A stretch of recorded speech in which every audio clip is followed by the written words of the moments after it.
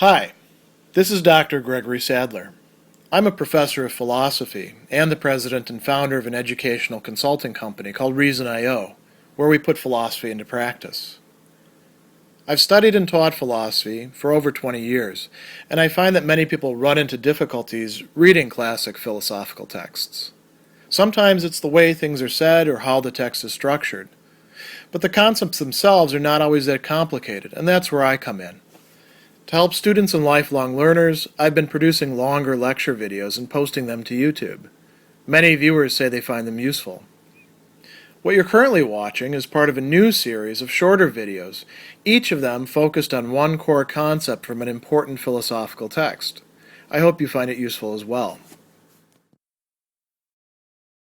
William James' essay, The Will to Believe, has to do with a number of different kinds of belief, but in particular centers on religious belief. All of the argument and exposition that he has been engaging in throughout the essay, as well as the many examples that he has been providing, are culminating in his position in the end that we ought to be able and free to decide for ourselves whether to believe in what he calls the religious hypothesis. And there's certain conditions involved with this.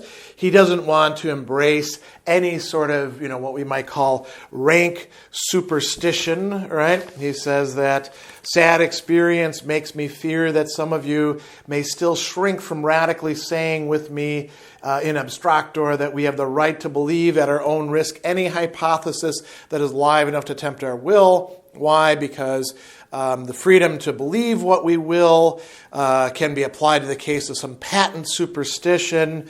But James says if we put that stuff aside, when it comes to religious questions, we do in fact have the right to decide for ourselves, and it's not irrational to do so, or it's not any more irrational than the blanket requirement that we subject religious belief to something like scientific verification or absolute evidence provided through philosophical argument. James says that would itself be an irrational stance that many people are imposing. And he has, as an example of somebody who has this sort of stance, William Clifford, who said that we should never believe anything anywhere on insufficient evidence, that to do so is wrong, therefore believing in religion is wrong because there isn't any such evidence. So that's all sort of background to where James is heading. He tells us something about the religious belief or the religious hypothesis. He says that science says that things are. Morality says some things are better than other things. By contrast, religion says essentially two things. What is it that religion asserts? Here he's engaging in a bit of abstraction about religions in general. He says, first, she says that the best things are the more eternal things, the, as he calls them, overlapping things, the things in the universe that throw the last stone, so to speak, and say the final word. So the things that are really determinative, the things that are foundational. He says, perfection is eternal. This phrase of Charles Secretin seems a good way of putting this first affirmation of religion.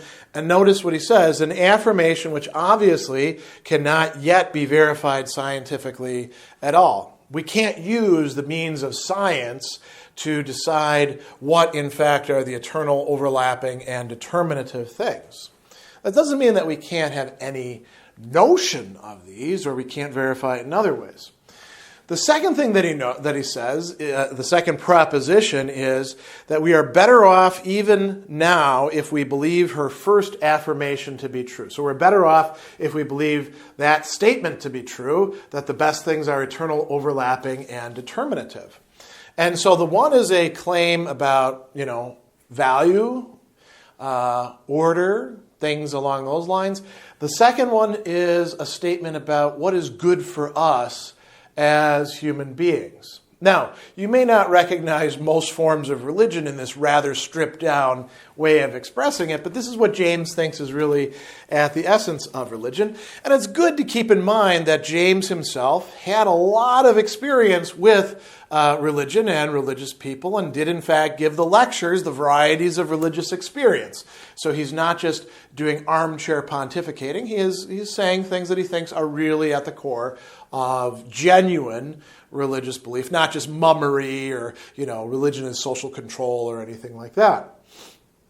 Now he goes on and he says, let's consider what the logical elements of this situation are in case the religious hypothesis in both its branches be really true. Remember, an option has to have two hypotheses. So if we want to say that there's a religious question, right, or that there's a religious hypothesis that we have to consider, there have to be two sides to the option.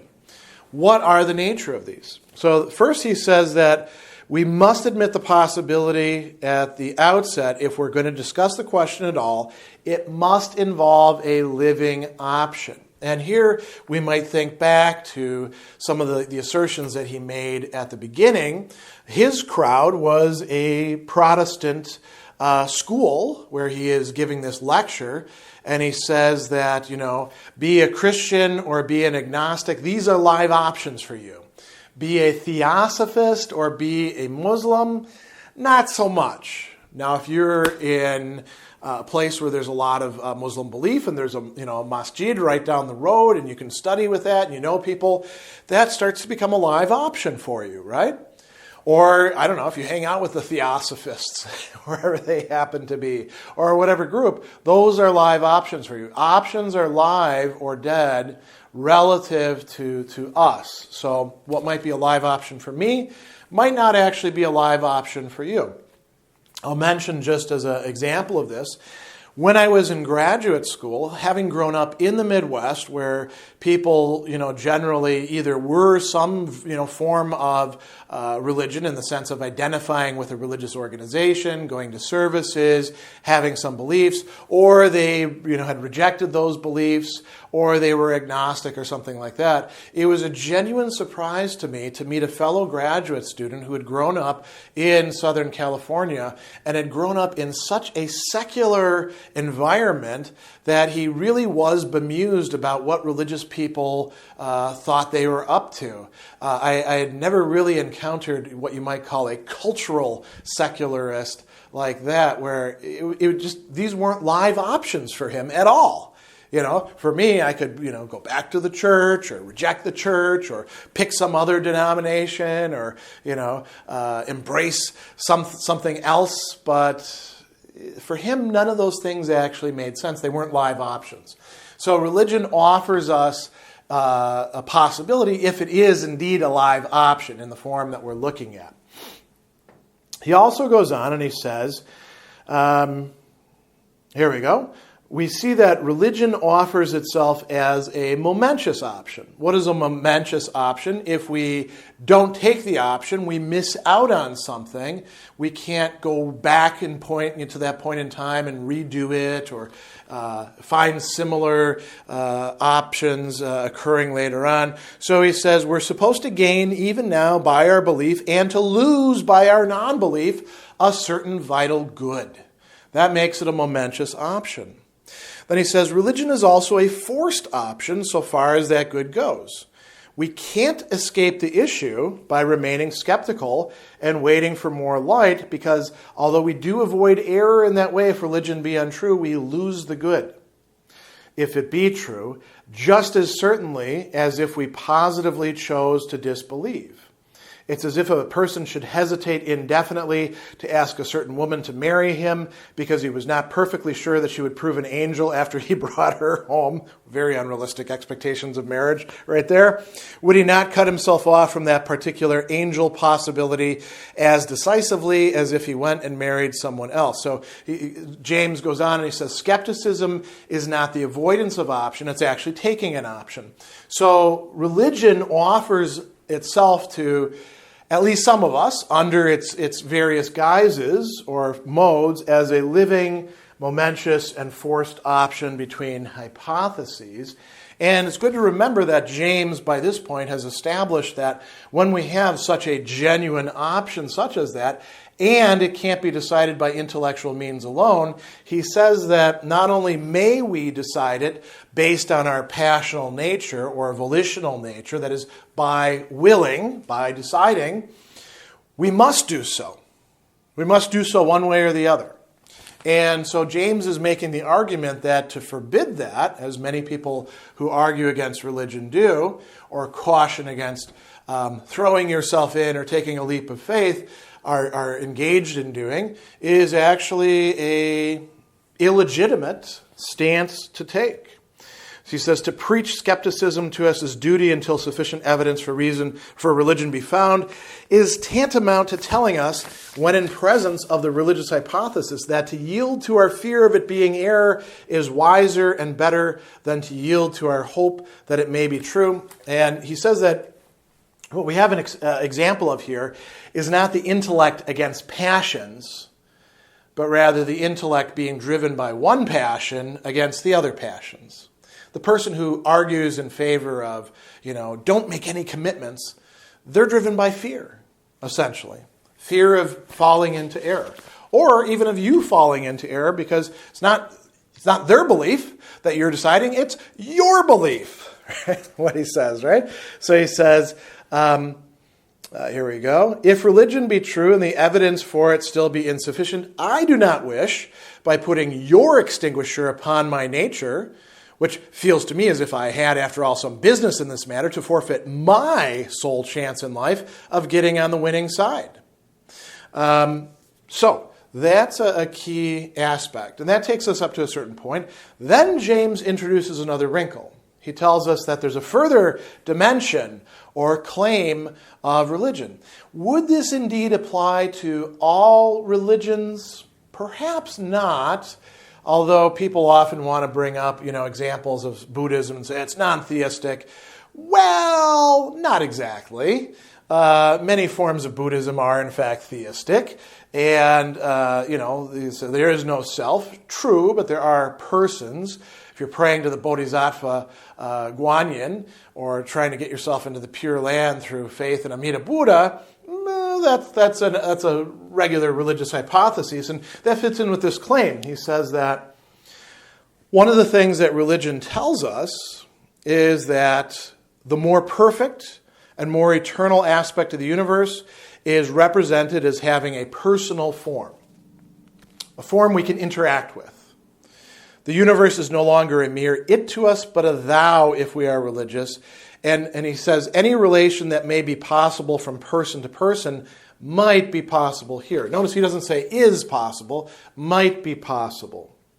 So he says, we feel as if the appeal to religion to us were made to our own active goodwill, as if evidence would be forever withheld from us unless we met the hypothesis halfway, like we have to do with other personal beings. We can't just be in our closed-off bubble and demand that they somehow permeate that and contact us. We have to go out to meet them, as James says earlier, halfway when it comes to matters of liking or loving or any other personal relation to another being.